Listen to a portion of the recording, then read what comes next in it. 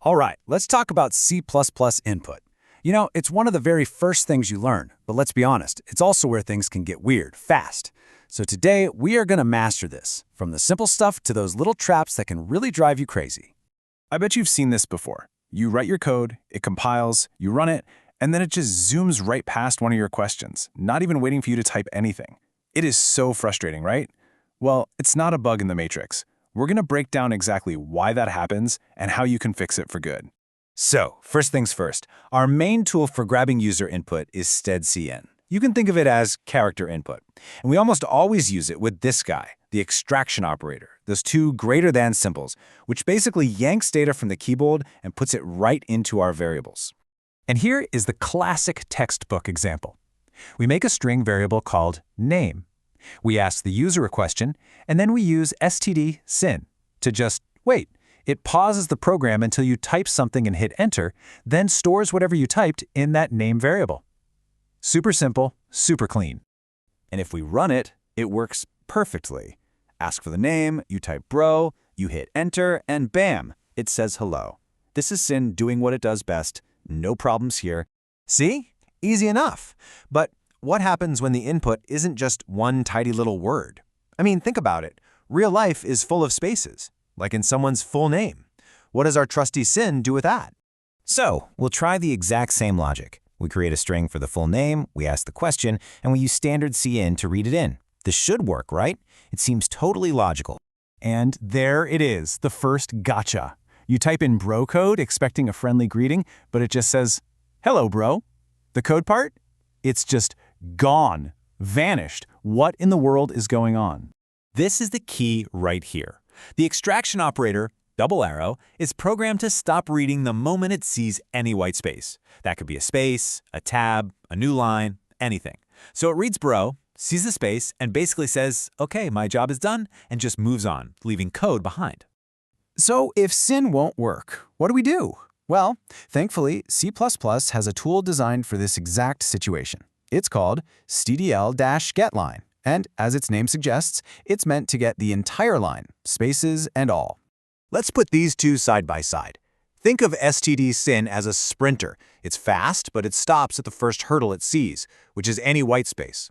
stdgetline, on the other hand, is a long-distance runner. It just keeps going and going, ignoring all the spaces until it hits the real finish line, the new line character you create when you press the Enter key.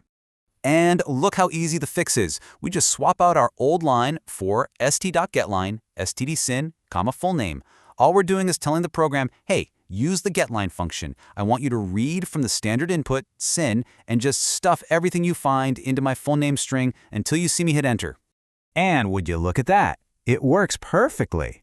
We type in the full name, it grabs the whole line, spaces and all, and we get the output we actually wanted. Awesome. Problem solved. So we're all good now, right? We have the right tools for the job? Well, almost.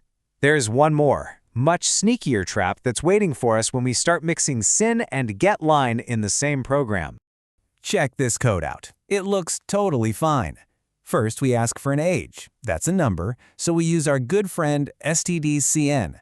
Then, right after, we ask for their full name, and since that has spaces, we use our new tool, stdgetline. Seems like the perfect plan. But when we run it, whoa! It asks for our age, we type 21, hit enter, and it completely blows past the full name question. It doesn't even wait for us to type. This right here, this is that mysterious skipped input that trips up so many people.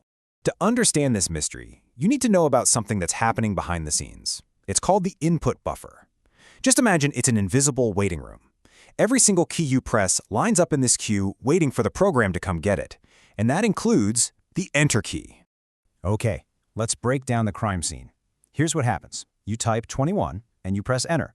Now, in that invisible waiting room, the input buffer, you have 21 and the new line character from the Enter key. stdcin comes along. It's looking for a number, so it grabs the 21, but it's not interested in the new line, so it just leaves it there. Then, getline shows up for its turn. Its job is to read until it finds a new line. It looks in the buffer, sees that leftover new line character immediately and goes, oh, a new line. My job is done. It reads an empty string and stops right there. That's why it skips your input. So the problem is that leftover new line character. We need a way to clean out the buffer, to just get rid of any leftover white space before we try to use getline. And C++ gives us a super simple and elegant way to do just that. And here is the ultimate fix. It is so small you might miss it. Look at the getline call now. Right after standard sin, we've added ws. That little ws stands for white space, and it's a manipulator that tells sin to first get rid of any and all leading white space it finds. It essentially just eats that leftover newline character, clearing the path for getline to do its job properly. And with that tiny change, everything works like a charm. We run the code, enter our age, hit enter, and this time, it pauses. It correctly waits for our full name. The buffer is clean, getline works, and the mystery is finally solved. So, let's just quickly recap your new and improved C++ input toolkit.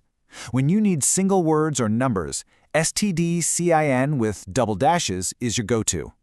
When you need a whole line of text with spaces, you absolutely want to use std.getline. And the golden rule, the one to remember, if you ever use getline after a sin, always clear the way for it by adding "stdws" first. So now you've got the tools to handle input properly. But what happens when the user doesn't follow the rules? What if they type blue when you ask for their age? That opens up a whole new world of making our programs truly robust, which leads to our final thought. How can you build a program that's smart enough to handle anything a user throws at it?